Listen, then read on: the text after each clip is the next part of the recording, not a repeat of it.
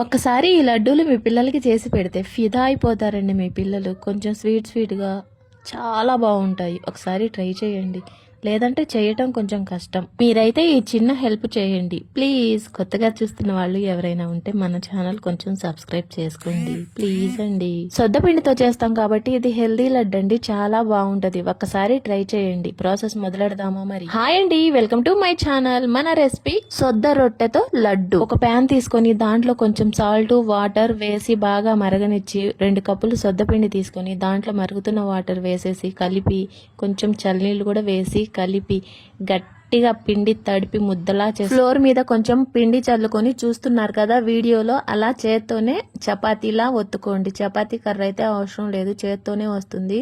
చాలా అంటే చాలా పల్చగా వస్తుంది. ఈ చపాతీని తీసి పెనం మీద వేసి కాల్చుకోవాలి. 2 సైడ్లు వాటర్ వేసి కాల్చుకోండి. ఆయిల్ అయితే అస్సలు అవసరం లేదండి.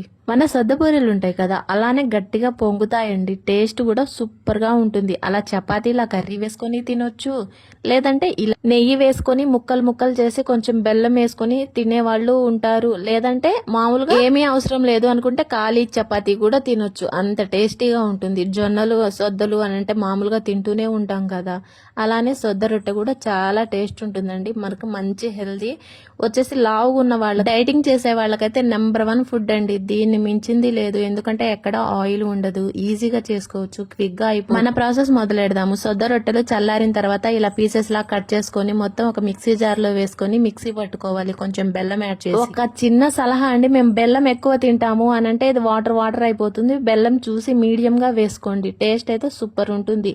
నేను కొంచెం పల్లీలు, కొన్ని బాదం, జీడిపప్పు మిక్సీ పట్టి వేసాను. పల్లీలు వేయించుకొని జీడిపప్పు బాదం పప్పు కొంచెం నెయ్యి వేసి వేయించుకోండి. అది మిక్సీ పట్టి దీంట్లో కలుపుకుంటే టేస్ట్ బాగుంటది. కొంచెం ఒకటి తినే పిల్లలు 2 తింటారని ఆశ, అంతే, ఏమీ లేదు. బెల్లము పల్లీలు పొడి మొత్తము కలిపి బాగా మిక్స్ చేయండి. అలా కలుపుతూ ఉండండి. ఒక 5 నిమిషాలు కలిపితే ఆ వేడి కొంచెం చల్లారిపోయిన తర్వాత నెయ్యి వేసి ముద్దలు కట్టుకోవటమేనండి.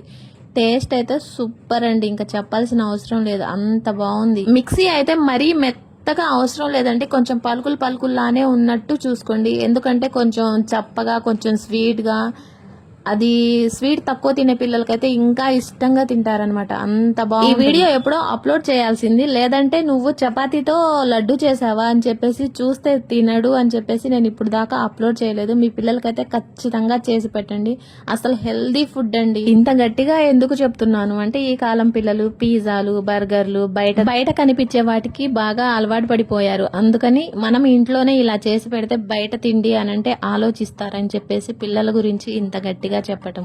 పిల్లలైనా పెద్దవాళ్ళైనా హెల్తీగా ఉంటేనే కదా అండి. మన ఛానల్ ఎవరైనా కొత్తగా చూస్తున్న వాళ్ళు ఉంటే సబ్స్క్రైబ్ చేసుకోండి, అదే చేత కొంచెం లైక్ చేయండి.